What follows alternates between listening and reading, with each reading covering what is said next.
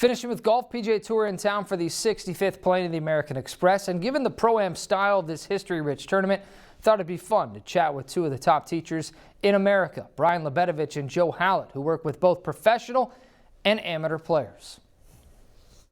What's the biggest difference you see between pros and amateurs?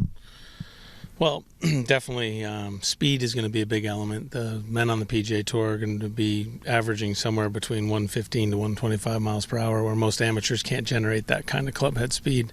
That gives them the ability to launch the ball higher, hit it farther, and normally better stopping power.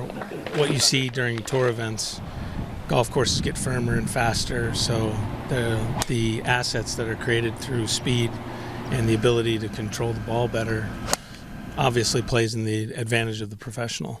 Other than speed, what are you seeing as a big separator? Well, honestly, one of the biggest things is from our side of the ball, Brian, is the ability of the student or the player to work. And there is a big difference between the pro and the amateur. And that's the amount of work that they put in, and that totally relates to the expectations.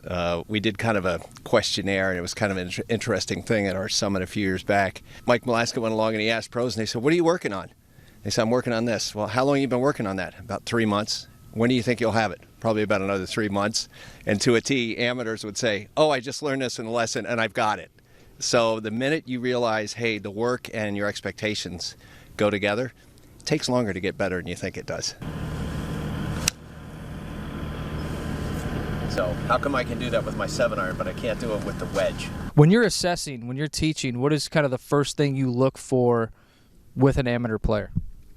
I look a lot at ball flight, and ball flight tells me a lot about what's going on in the bottom half of their swings. Try to give them a little bit better understanding of what they need to do to make their ball go a little bit better.